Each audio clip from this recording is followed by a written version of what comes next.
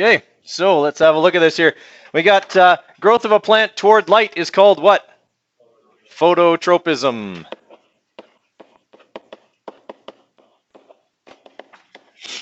Okay, sugar is transported in the phloem. Right, and to carry out any tropism, don't worry about it, Ariel. Okay. To carry out any tropism, plants must make cells on one side of the stem longer than the other. The main hormone to cause this is auxins. Okay, often plant cells need to replace older damaged cells. Which hormone would do that? Cytokinins. A vine climbing up a fence is using small tendrils. This is thigmotropism.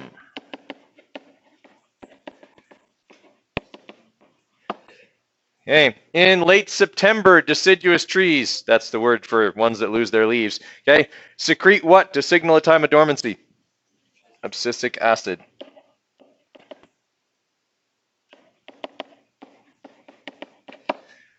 Okay, this gas is vital to the ripening of fruit, ethylene.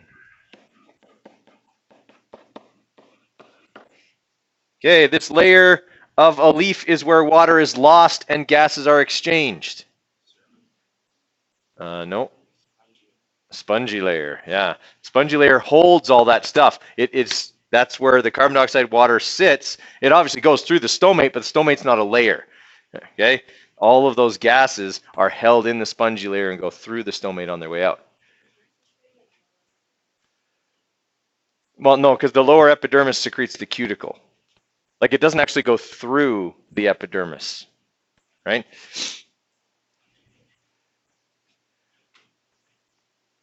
Okay, the key here, guys, for that one is water is lost. The epidermis has nothing to do with water, right? It's the spongy layer that holds the water, not the epidermis. Okay, all the epidermis does is secrete the cuticle, right? I'll go with epidermis this time, but you need to know for the future that is not the right answer. Okay, all the epidermis does is secrete cuticle. That's it. Okay, it does not do anything else. Okay, what structure on the leaf controls loss of water and exchange of gases? Stomates. Yeah. If they have stomata, stomate, stomates, doesn't matter. Any of those is fine. Right? And what are the two main functions of the stem? Okay, support and transport. Yeah, conduction and support, transport and support. Okay, something like that.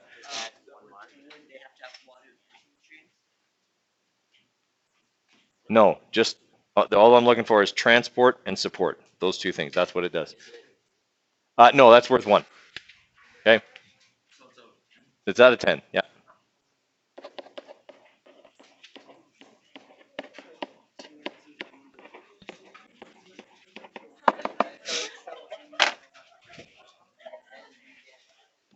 We are going to be going through a little activity here about scientific literacy is actually what it's about.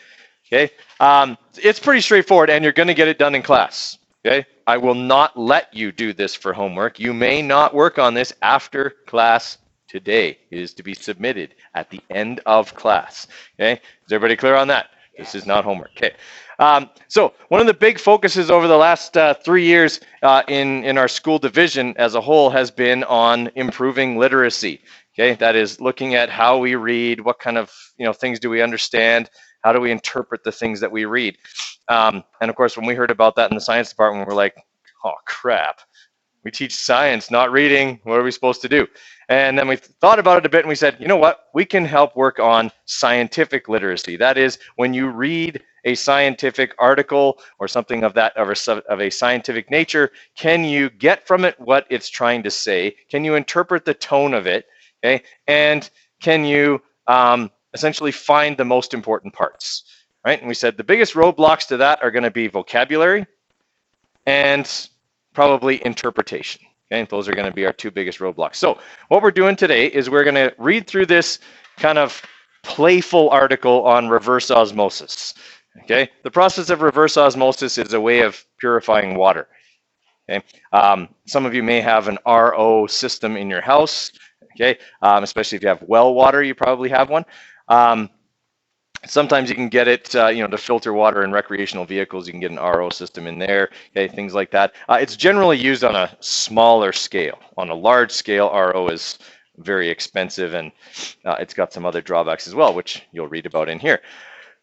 So what we want to do is read through the article first, okay, and as you're going through it, make maybe a list of words on paper that maybe you're not sure about their meaning, or you're not quite sure what they mean, or also any like turns of phrase or sentences that maybe are unclear, okay, because I want to be able to go over those as a class. And don't be afraid to ask about them, because chances are, if you didn't understand it, there's a lot of other people who don't, okay? So don't be afraid to ask. There's a few that I'm going to go over because I know that they usually do give people trouble.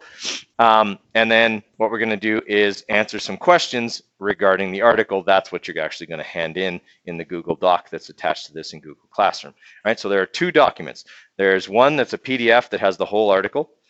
Does the Google Doc have the whole article too? Okay, I did change that. I couldn't remember if I did or not. So just open the Google Doc. You don't need anything else. Okay. Within the Google Doc, you can actually highlight words. Okay, if you want to do that rather than write them down. Okay, there's a highlighting function in there, so feel free to do that. So like I say, let's have you read it first.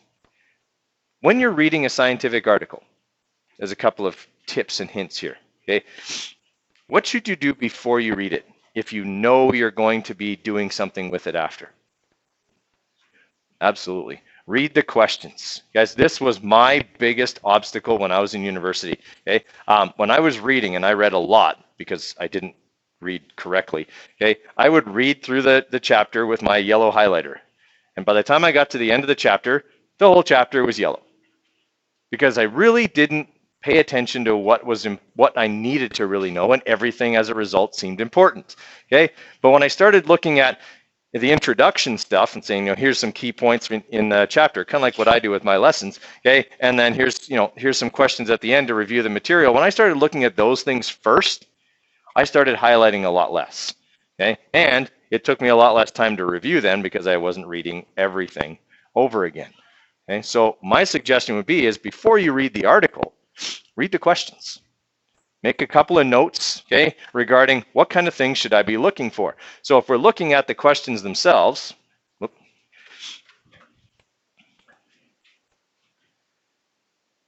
okay, the questions themselves, first one says, compare and contrast the membranes used in reverse osmosis with a cell membrane, right? So what I would think in that case is I would write something down about, I would just write like membranes, structure, something like that. So I would know as I'm reading through, anytime I see the word membranes, or they're talking about how a membrane is made or structure or something like that, that I should probably highlight that. It's going to be something I'm going to want to come back to answer this question. Okay, second thing, what provides the force needed to move water across a membrane in osmosis and reverse osmosis? Well, I kind of already know what the force is for osmosis, because we've gone over osmosis a whole bunch, okay, but not for reverse. So I should look at something about forces in reverse osmosis. And if they are talking about how something's pushed through the membrane, that's going to be important for me. Okay, another thing I want to look for. In a short paragraph, explain and justify if you think using reverse osmosis would be an acceptable way to conserve water. If we're conserving water, what are we doing? Saving it, using less. Okay, so I need to find any place in the article that talks about how much water reverse osmosis uses, wastes, saves, something about that. I'm looking for those terms as kind of a trigger for a paragraph that might talk about that. All right, and then the last thing, it was mentioned in that reverse osmosis was used to ensure impurities are removed from certain products like wine and syrup. Can you think of any reason why purists might disagree with the use of this process? Okay, what is a purist interested in? Yeah, pure stuff, doing things kind of the classic way or the old-fashioned way, making sure that things contain the things they used to contain. Okay, so I would probably want to be finding something about that, maybe in the article as well, right? So now I have a better idea. Sorry for the interruption, but could please all grade 10s and all grade 11s who want retakes, please come down and get them done. Now I forget what I was saying. I hate getting old. Okay, purists, right? No, I was past that already. No, I was moving on to something else. No, I don't remember what it was. Anyway, okay, so read through the article. Okay, make note of any terms that you don't get, because obviously that's a stumbling block to understanding the article. Okay, we had this interesting stat when we first started doing this literacy thing that told us a person, if would you be satisfied if you knew someone read at 98% efficiency? And we're like, yeah, that seems pretty good. 98's a nice number. And they said, okay, and they pulled out this big, thick, like Harry Potter book, and they said, person reads at 98% efficiency, and they tore out like 30 pages. Said, here's how much of the book they don't understand. We're like, holy crap, that's kind of shocking. They just tore a book apart. But okay, I mean, it's realistic. If you're reading a very large book and you don't understand 2% of it, that adds up after a while. Okay, it adds up to several pages in a big book. So if there's a word or two that you don't understand, don't be afraid to ask what they're about. Okay, when we go over some terminology. All right, Austin, question. Oh, no, first and last is because I mail merged that document before and it stayed in there. So that's the merge fields for my Excel sheet. Yeah, don't worry about it. It doesn't mean anything. All right, so let's have you read it there. I'll give you some time to get that done, and then we'll go over some other stuff here. Okay, let's go through a couple of terms here that maybe people might struggle with. Okay, first one that often people struggle with is desalinization. Okay, to desalinate something means to remove all of the salt from it. Okay, so essentially this is how you make salt water or ocean water safe to drink. It's a very expensive process, okay, and on large scales it's kind of difficult to do. Okay, unprecedented means you've never seen anything like it before. Okay, our flooding in 2013 was unprecedented. We had never had flooding like that in the past. Okay, kind of sets a new standard. Okay, torrential means like really bad, horrible, it's everywhere kind of a thing. And then semi-permeable. What does semi-permeable mean? Right, lets some things through, but not all things. Okay, so semi-permeable means lets some things through. So the cell membrane is semi-permeable, whereas a plant's cell wall is permeable. Everything goes through it. Okay, does that sort of make sense? Austin?